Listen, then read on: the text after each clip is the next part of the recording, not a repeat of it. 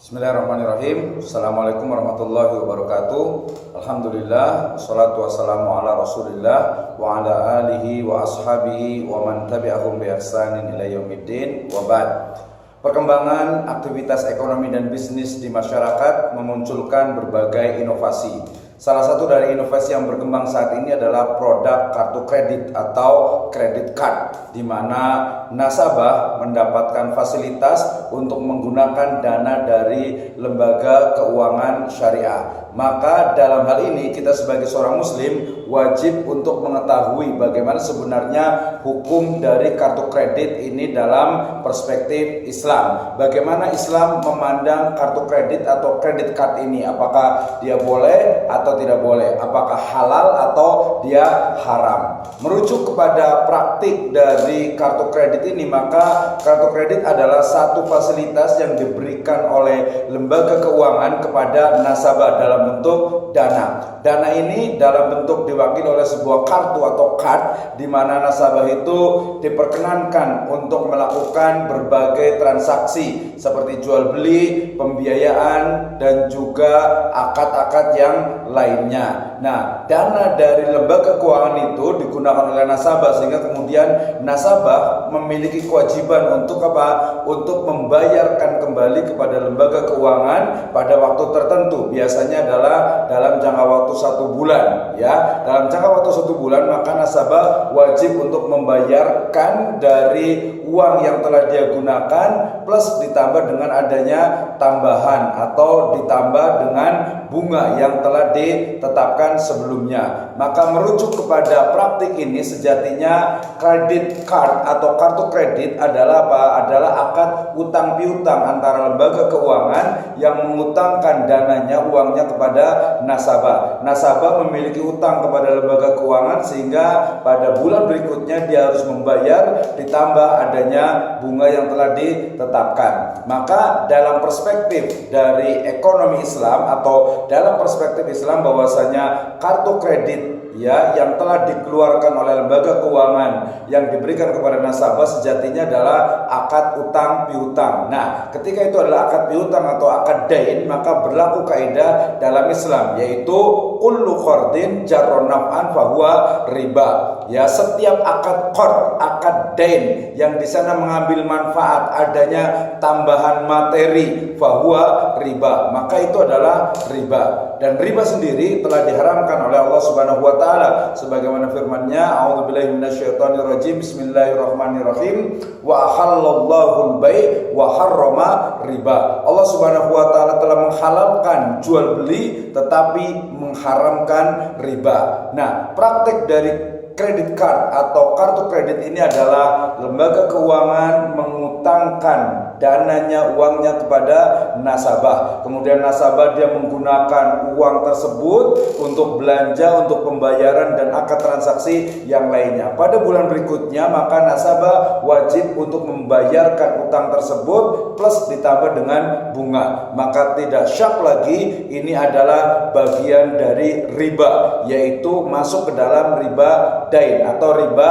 utang piutang, di mana nasabah berhutang kepada lembaga keuangan, kemudian nasabah memiliki kewajiban untuk membayarkan plus ditambah dengan bunga. Nah, bunga inilah yang kemudian diharamkan dalam syariat Islam. Kenapa diharamkan? Karena tadi adanya tambahan yang disepakati bersama ketika di awal akad, dan akad itu adalah akad utang piutang, akad dain, di mana nasabah berhutang kepada lembaga keuangan, kemudian dia membayar plus ditambah dengan bunga. Oke, berarti tidak syak lagi bahwa hukum dari kartu kredit ini adalah jelas haram. Kemudian muncul pertanyaan berikutnya, bagaimana kalau kartu kredit itu ternyata dia menerapkan adanya 0 bunga? Nah, tentu saja kita sebagai seorang muslim wajib untuk kritis, di mana apakah betul bahwasanya kartu kredit itu tanpa mengenakan bunga, atau tanpa mengenakan denda. Tadi ketika bunga itu jelas haram, tapi kemudian ketika dia tidak mampu membayar pada waktu perjanjian tertentu, ternyata dia nasabah itu tidak mampu membayar, kemudian lembaga keuangan itu menerapkan kembali, menambahkan lagi dari bunga tersebut, maka ini masuk ke dalam apa? Riba jahiliyah. Ya, di mana riba jahiliyah itu adalah seseorang yang mengatakan bayar sekarang atau riba atau ditambahkan. Maka di situ ada dua riba dalam kartu kredit. Pertama adalah riba dalam dain, utang piutang. Kedua adalah riba dalam ketika penetapan untuk membayar kemudian ditambahkan. Ini adalah riba jahiliyah. Nah, kembali ke tadi, bagaimana ketika kartu kredit itu ternyata menerapkan adanya 0% bunga. Maka dalam hal ini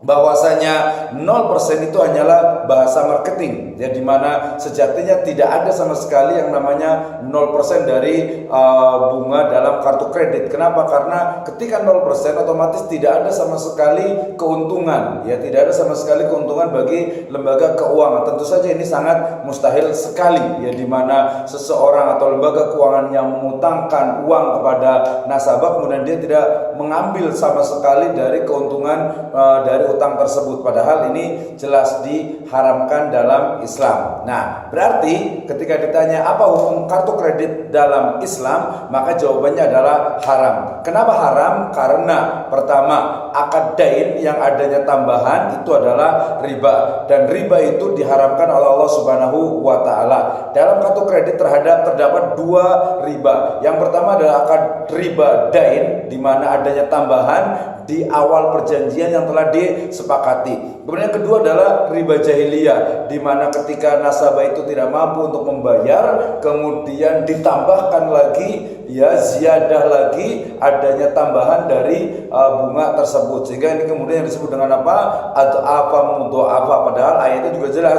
ya ayyuhalladzina amanu la taqulu riba ad'afa mudha'afa. Jangan mengonsumsi riba secara berlipat ganda. Ya, yang berlipat ganda tidak diperbolehkan, yang sedikit pun tidak diperbolehkan. Oleh karena itu, mari bersama kita bertransaksi dengan cara yang halal, yaitu menjauhi segala bentuk kartu kredit yang berbasis riba, yang berbasis bunga, yang jelas diharamkan oleh Allah Subhanahu wa taala dan juga Rasulnya, serta fatwa dari Majelis Ulama Indonesia. Wallahu a'lam bishawab. Assalamualaikum warahmatullahi wabarakatuh.